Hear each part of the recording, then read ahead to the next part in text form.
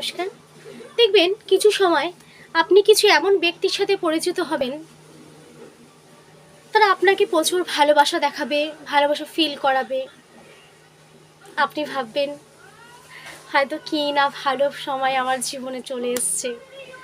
আমি খুব গর্বিত যে এমন একটা মানুষকে আমি আমার জীবনে আমার বন্ধু হিসাবে পেয়েছি।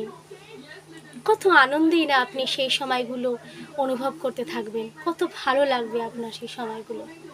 জীবনে একটি এরকম মানুষ পাওয়াটা তো ভাগ্যের ব্যাপার বলুন।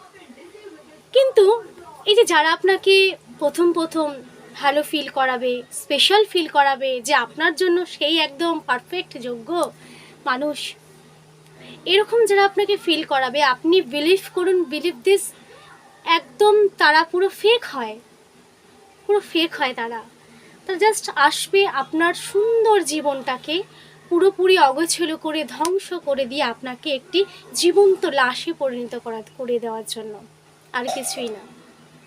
তারা আপনার জীবনে আসবে, এসে আপনার জীবন থেকে হাসি, দুঃখ, এগুলো সব কিছু যেরকম দিয়ে যাবে, ঠিক সেমনই আপনার জীবন থেকে হাসি কেড়ে নেবে, সুখটা কেড়ে নেবে। আপনি হয়তো দিনের শেষে কোনো সময় ভাববেন যে আমি ভুল করেছি। কারণ এই সমস্ত মানুষরা হচ্ছে দমকা হাওয়া, বুঝেছেন, ভেসে আসা মেঘ, যারা আসে ক্ষণিকের জন্য হাসায় এবং পরিণামে ভীষণ পরিমাণে বজ্রাঘাত সহ বৃষ্টি দিয়ে আপনাকে পুরো সর্বশান্ত করে দিয়ে চলে যায়। তো এরকম মুখোশধারী ভালো মানুষ, ভালোবাসা থেকে একটু নিজেকে বাঁচিয়ে রাখবেন। কারণ এখন সব কিছুই তো ভেজাল বলুন।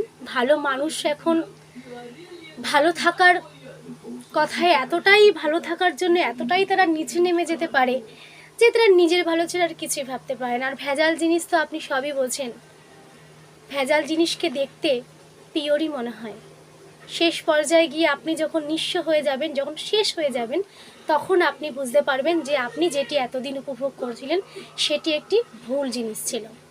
ততদিনে আপনার যা হওয়া সব হয়ে গেছে, কিছুই করার থাকবে না আপনার।